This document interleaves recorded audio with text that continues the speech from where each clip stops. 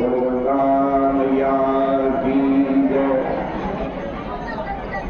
बोले सत्य सनातन धर्म की जय। बोले पुरुषोत्तम भगवान की जय। पतित पावनी कलिमल हारिणी मंगलदायिनी मोक्षदायी मदगमैया का ये पवित्रतम तीर्थ हल्की पेड़ी ब्रह्मकुंड है। पुरुषोत्तम का पावन महीना चल रहा है। गीता जी के 15वें अध्याय को पुरुषोत्तम योग कहा। इसकी चर्चा आप श्रवण कर रहे थे। तीसरा श्लोक चल रहा था 15वें अध्याय का।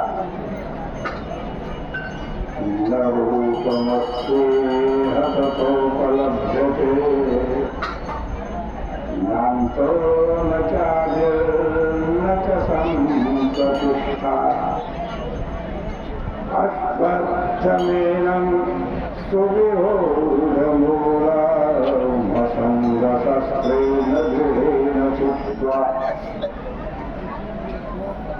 कल चर्चा में आपने सुना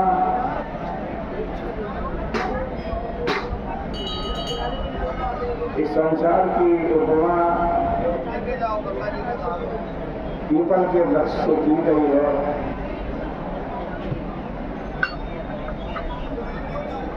और कहा है न रूपम अस्य इह उपलभ्यते।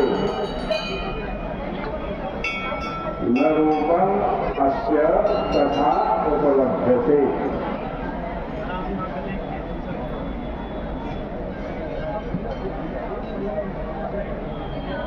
अस्य माने इस पीपल के वृक्ष का जो रूप है वो तथा न उपलब्धते।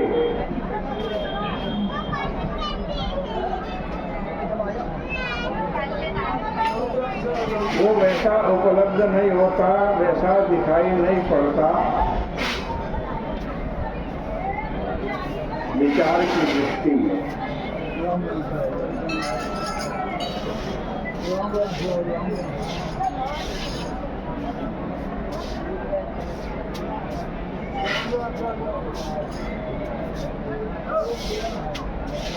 संसार में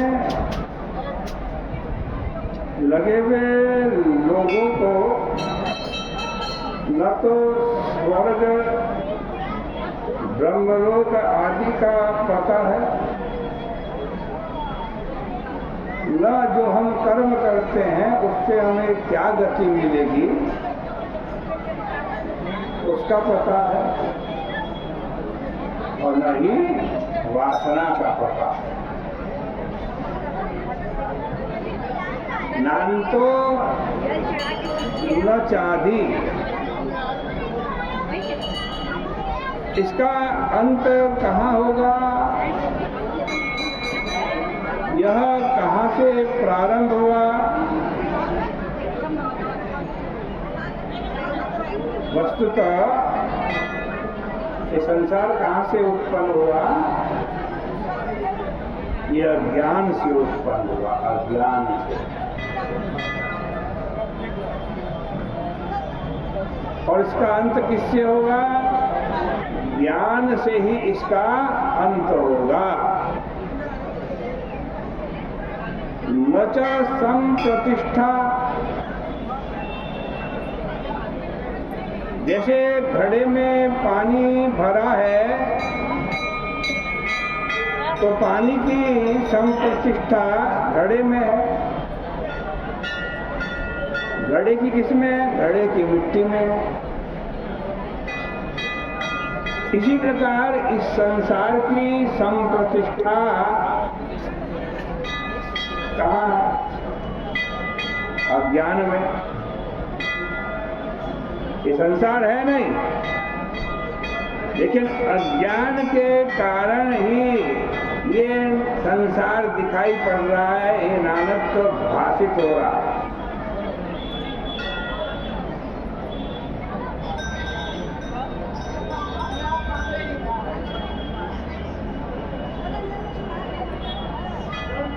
इस संसार के पदार्थों में जो हमारी ममता है,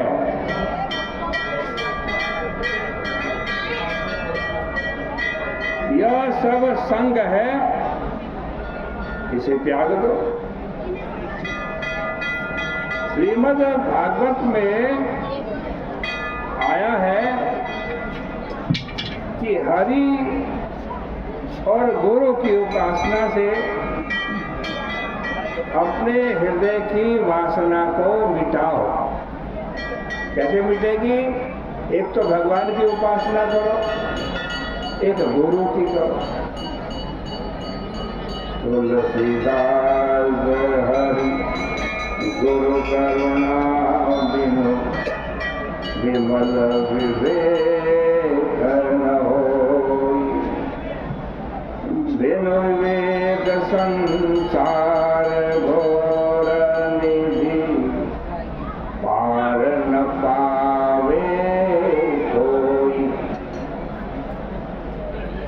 गुरु की कृपा के बिना और हरि की करुणा के बिना विमल विवेक नहीं होगा, और बिना विवेक के इस संसार सागर को पार नहीं किया जा सकता। जब तक गुरु की करुणा नहीं होती, तब तक अभिमान की निवृत्ति नहीं हुई, ऐसा समझो। क्योंकि गुरु की करुणा और सबके ऊपर होती है, केवल अभिमानी के ऊपर गुरु की कृपा नहीं हो सकती, नहीं हो सकती। गुरु कृपा करते हैं और वो वापस लौट करके आ जाती है। ऐसी बात नहीं कि गुरु अभिमानी पर कृपा नहीं करते, गुरु तो अभिमानी पे भी कृपा करते हैं, लेकिन उससे टकरा करके कृपा वापस लौट जाती है। गुरु सबका भला चाहता है, लेकिन अभिमानी के ऊपर वह करुणा का जो रस है, करुणा की जो धारा है, वो टिकती नहीं है। और हरि करुणा, हरि कृपा सबके ऊपर बरसती है, लेकिन जो विषयासक्त है उसके पास जाती जरूर है हरि की कृपा, लेकिन फिर वापस लौट आती है। अभिमानी के ऊपर गुरु की करुणा कारगर नहीं होती, और विषयासक्त के ऊपर हरि की उपमा कारगर नहीं होती है। कृपा में कोई कमी है क्या? कृपा में कोई कमी नहीं है। भगवान देखते हैं कि जब इसमें यह सुखी है, संसार की ममता में, संसार के विषयों में सुखी है, संसार के विषयों में ये मजा ले रहा है, इसी में मौज कर रहा है, तो इसको यहाँ से क्यों हटाए? अच्छा, घर में बच्चा होता है ना, जब बच्चा रोने लगता है तो माँ दौड़ी दौड़ी आती है और उस बच्चे को गोदी में उठा लेती है,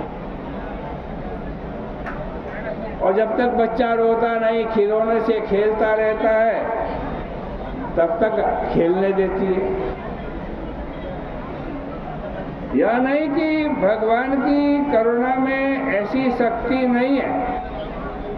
रघुपति भगत वारिछालित चित्त, रघुपति भगत वारिछालित चित्त, बिनु प्रयास ही छीजे।